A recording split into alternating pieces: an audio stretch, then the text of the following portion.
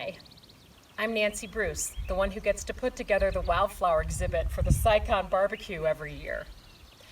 You know, the flowers always delight. They never disappoint. I hope you enjoy this video of the early spring flowers at SCICON. The red marks on Fiddleneck show pollinators where to get the nectar.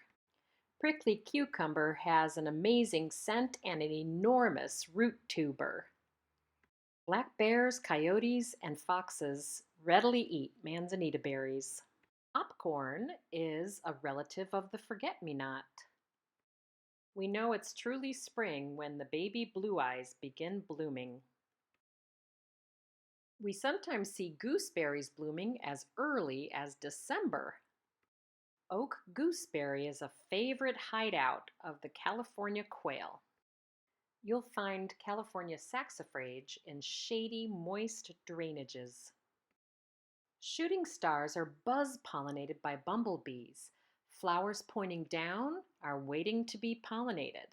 Those pointed up are already making seeds. The common buckeye butterfly lays its eggs, and the caterpillars eat the California plantain.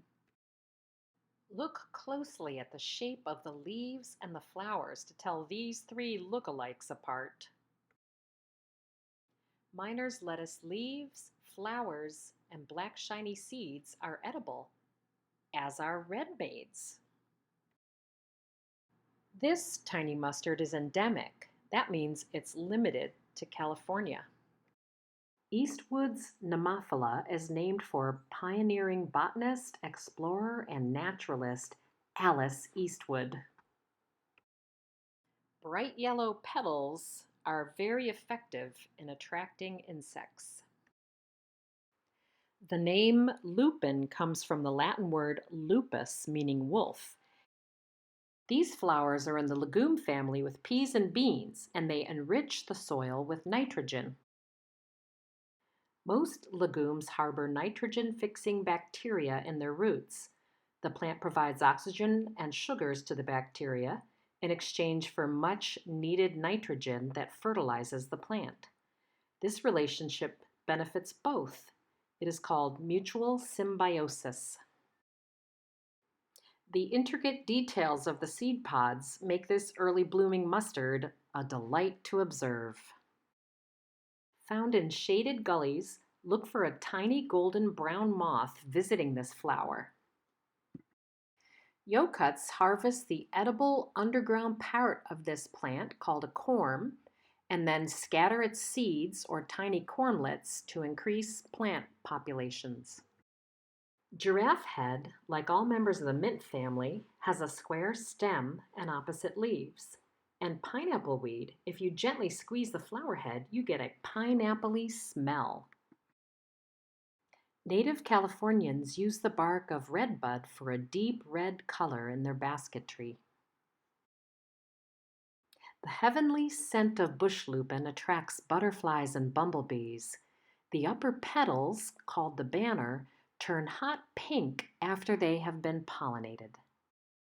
Widespread at SCICON, but easily missed until we learn to see this sweet relative of owl's clover. Look for white-topped clover in wet, grassy areas, and then look at it for a while and let it melt your heart. This delicate beauty is the favorite of Ruth Anderson, a former SCICON nurse who started the wildflower display. Butter and Eggs, or Johnnytuck, grows in SCICON's back 40 meadow in gravelly soils. Chickweed is a non-native plant that thrives in moist, shady places. Hot and sunny granite cliffs are home for bush monkeyflower, a magnet for hummingbirds and butterflies. Small-flowered fiddleneck has, well, small flowers, but larger leaves than the other fiddleneck that we see at SCICON.